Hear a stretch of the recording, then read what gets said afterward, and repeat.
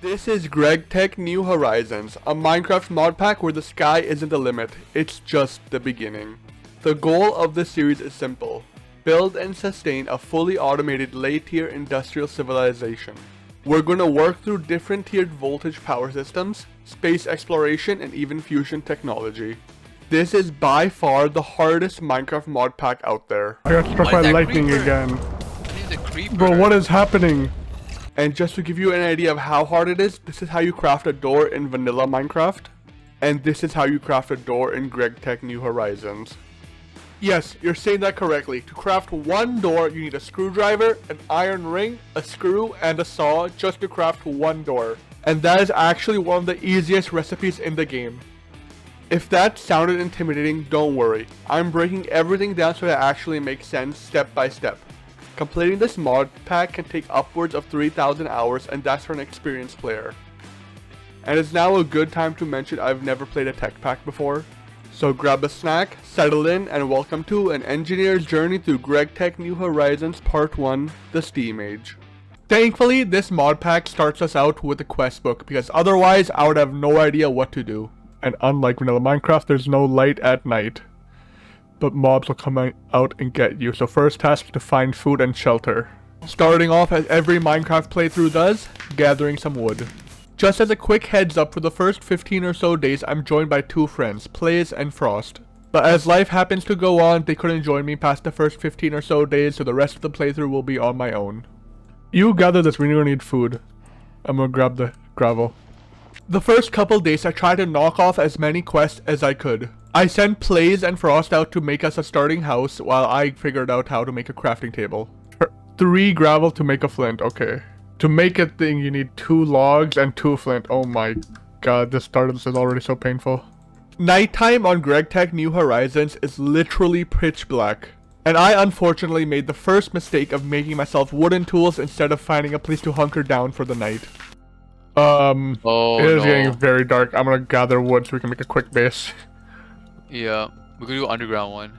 I actually can't see. What's? Oh no, oh no! I made an underground base here somewhere. I don't know where it was. You already lost a bit. I can't see anything. I literally can't see. Oh man, they're mad for themselves. Oh, I hear zombies. You guys are on your own. No. Where are you going? No. Oh. Using a few planks I grabbed during the day, I built a few blocks up so I'd stay safe during the night. Gonna stay here for the night. Stop. Wait. I died. I got killed by a British zombie. Brutish zombie. Oh. Brutish.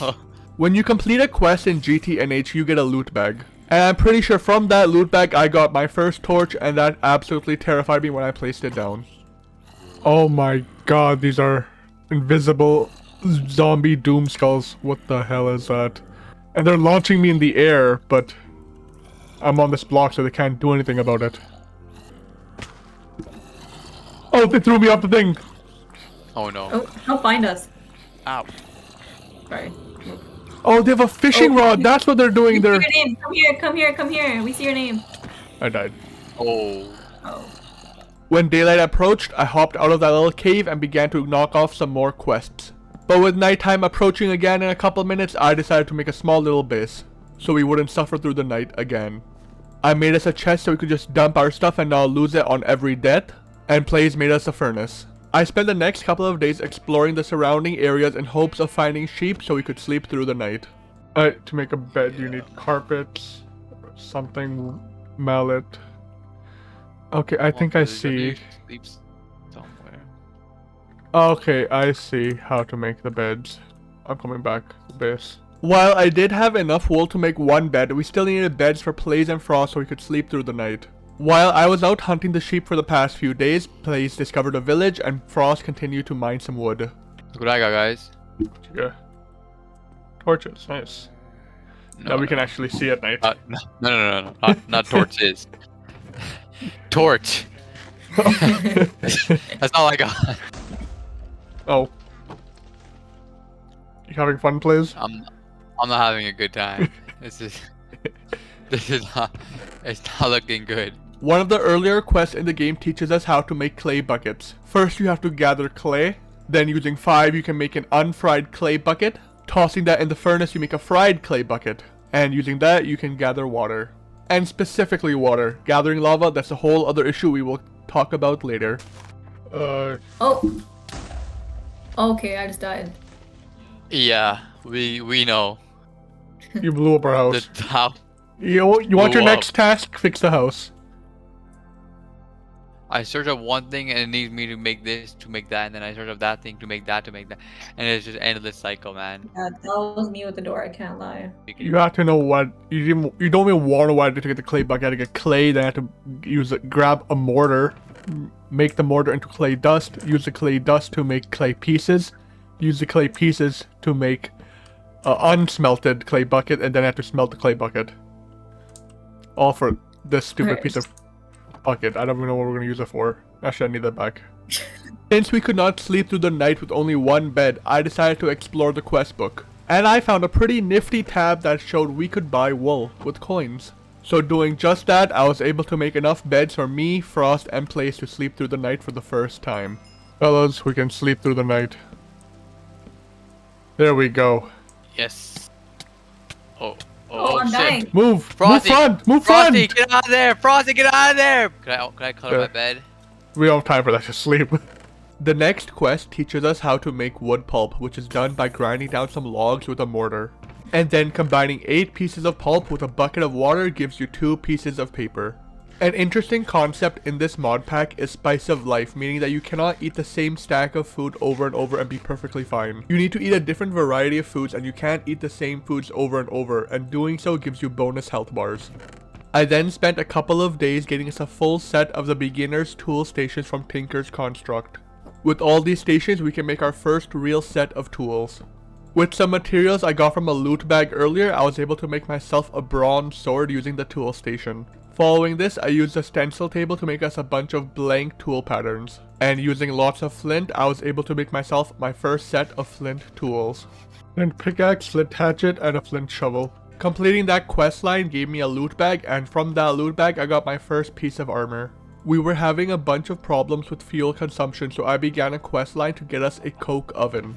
This whole time, Frost and Plays have been doing their own thing, but constantly complaining about having no real sources of food. I have no food at all. Did you guys eat any of the human meat? Yep. I think it's all done. But I know how we get some more. It hasn't come to that yet, I think. You better watch your back. So you never know who's holding a knife behind you. With the coke oven placed in a 3x3 block area with the direct middle empty, it is now ready for use. Placing any type of wood log into the coke oven turns it into charcoal. This also makes an extract of creosote oil, which can be harvested using buckets and placed into furnaces, which is a great early game fuel resource. All 3 of us then spent a couple of days looking for a new base location, as I knew we would need a lot of room to expand to place all the automation machines. And after about an hour of exploring, we found this spot. Yeah, right there. Do you see that stone castle? Just want to see what's here. Maybe we can build a use the wall as a base. Oh, we conquered, yeah. I think it's a village. I can see on the map. Oh my! It is a village. Well, It's a secure village. I think this is our new We base can just location. take over, bro. And there's villagers inside. Okay, we gotta keep these guys alive. And they have a farm here for you. They already started the farm. Oh my god. With our new base location found, it was time to transfer everything from our old base to the village. Transferring everything took about another 3 days, and that was when we experienced our first blood moon, and I will let the footage speak for itself. You don't feel tired right now? I mean, you don't feel tired I don't right feel now? tired right now. How you gonna tell me I don't feel tired? I feel pretty tired right now. It's getting dark. It's getting dark. I don't want to stay here. I can't see anything. What do you mean I don't feel tired, gang? Oh no. I'm in the water. Me too. Sergeant. We gotta go right now. They're coming for us. What? Oh! We got hit by lightning! Creeper! Run, run, run, run! Make a full run! I found more water. Sergeant! They're coming for us! I don't know where I am. I can't see anything. I'm drowning. I'm drowning too. I'm fully drowning. I'm fully drowning too. I see you. We're gonna die together. I don't see you. No, I see you. No, not like this. I What? drowned. What the hell was What that? just got us? We'll get our stuff in the morning. Yeah. Oh shoot. I got struck What by is that lightning creeper? again. I think it's a creeper. Bro, what is happening? Is there a war happening that we're caught in the middle of? We don't want no beef. We're not affiliated with nobody. Don't bring them to me. Don't leave me. Don't leave me. You don't even want me. Oh, I got struck by lightning. Who want me? Nobody. Not even dead. After painfully waiting out the night, we went to go check out the aftermath. Oh my god, this Zombie. place looks so bad. Yeah, this could have been our new home, and we have like day 18 finding a new home, day 22 finding a new home, new home. What? They trapped us. What do you mean they trapped us? The start. You don't see the cobblestone? Yeah. That's what we were dying in. They trapped us in a cobblestone. They boxed both of us us. at the same time. They boxed us in like fishes that were playing Fortnite, and then they put water in it. That was actually. I don't think it's the first time it happened to me. I think it's happened before earlier, and I didn't realize what it was. Yeah, the zombie's fishing what I was me. thinking. The zombie's throwing a fishing rod at me, so I can't escape. Like the zombie's throwing fishing rods at me and putting me in cobwebs. What am I supposed to do? Getting comboed with a. I'm being comboed. After grabbing my tombstone, it was time to skedaddle on out of there. That's a Oh lot my of waypoints. god. I'm gonna I just remove all scroll. these. I had to scroll. Me too. Even if I lost everything, it would be unfortunate, but the most important thing would have been this quest book. If I lost that, it's over. After that disastrous of a night, we wanted to spend some time just cleaning up and making the village in a tip-top shape. I then spent a bit of time clearing and plotting out a piece of land to make a giant oak sapling farm. In the meanwhile, Plays worked on getting a farm up and running as well as a bunch of animals in a pen. In the corner of the village, I cleared out space for a giant cotton farm as we would need a lot of string for an upcoming quest. But we'll dive into that deeper when we get there. Now it is time to officially go mining. Mining in GTNH works a little bit differently, and I'm going to try and explain it so y'all can understand. Let's say we are currently in the red X chunk, and let's say that it is an ore chunk, and you will know that from your HUD. Every 3 chunks is an ore chunk in the X and Z direction, and once you mine down deep enough to find a single ore, you right click it and it will show up on your map. These ores will typically spread to nearby chunks, and if you want to find a specific ore, which in our case is iron, you just need to get a bit of luck. And as you can see on the map here, I've currently dug into 3 different ore chunks and found 2 tin and 1 iron ore chunk. It makes mining for a very specific resource very easy, but if you're looking for one type of ore and you can't find it, it gets a little frustrating, but just keep trying and you will find it eventually. When I returned from one of my mining trips, I also stumbled across my villagers getting brutally attacked by a zombie, but I didn't get there in time for all of them.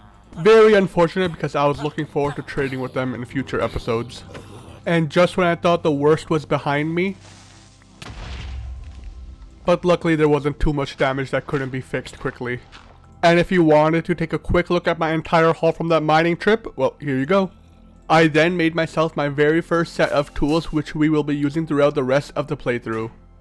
This includes a hammer, a wrench, a file, screwdriver, and a saw. The next quest requires us to get bronze ingots. Now bronze isn't an ore you can find naturally in GTNH. It is made from copper and tin dust which you get by putting them into a mortar with a crafting table. And made at a 3:1 ratio of 3 copper dust and 1 tin dust to get bronze dust. Putting the bronze dust into a furnace makes bronze ingots. The bronze ingots would be used to make our first bronze boiler, but first we need to turn the ingots into bronze plates. The bronze boiler was made using 5 bronze plates, 2 bricks, a blast furnace, and my wrench. Crafting that boiler officially puts us into the Steam Age. Completing that quest also rewarded us with hollow glasses, which is a really nice quality of life feature allowing us to see what's inside a chest before we open it.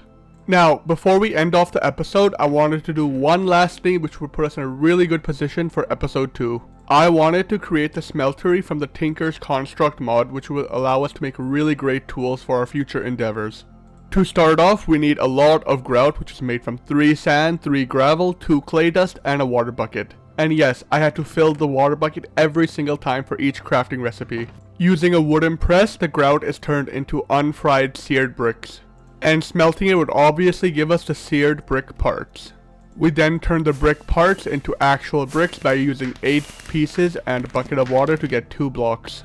Now the smeltery itself isn't a very complex design, but it requires several parts. First, starting off with the smeltery controller. This is followed up by a seared tank which holds lava to make the smeltery function. I then make a casting basin, which is where the molten ore and blocks go to be used however we please. And for the last pieces of the smeltery, I made 2 more smeltery drains. Now it is time to find a great spot to put this, as we will be using it constantly.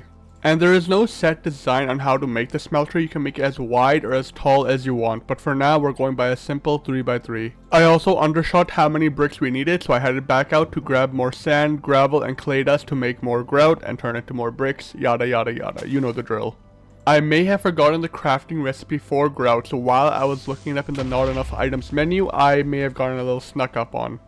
And after cleaning up that mess, I went to go finish off the smeltery. And with the smeltery controller light on, that means we placed everything correctly and the smeltery is now available for use. Now that the smeltery is working, we need lava to make it function. And in vanilla Minecraft, you can just go grab lava with an iron bucket. But in GTNH, you need to wear gloves so you don't burn yourself. And that's why I built a giant cotton farm so I could harvest cotton during the downtime. And even with the gloves, you still need to be holding the lava in your hotbar in your hand. You cannot have it anywhere else in your inventory or you will continue to burn yourself. And if you want production out of the smelter, you need to constantly be filling it with lava, as it will run out very quickly if you're not careful. Like I mentioned before, it is my first time using the Tinker's mod, so I wanted to test out if this damaged me, and surprise surprise, it does. And yes, that is my blood. The quest then wanted us to figure out how to use the Tinker's construct, and I decided to do that by getting a piece of seared stone, which is a bunch of melted down cobblestone. Getting the first piece of seared stone took a lot more cobble and time than I thought, but once I did, I put it out into the casting basin, let it cool, and I got my first piece of seared stone. Getting that stone finished off the quest line, giving us a loot bag. And y'all know I love gambling, so I opened it up immediately and I got something that I don't think we should be having at this level, but I will take it. And we will end it off there. If y'all enjoyed my first episode of an engineer's journey through GregTech New Horizons Part 1 The Steam Age, please show some love by liking the video and dropping a comment with anything I could do better. I will always take all the help I can get. But I think I've rambled on for long enough, so I want to thank you for sticking around till the end of the video. And if you want to see a part 2, let's get this video to 150 likes. But until then, I will see y'all in the next one.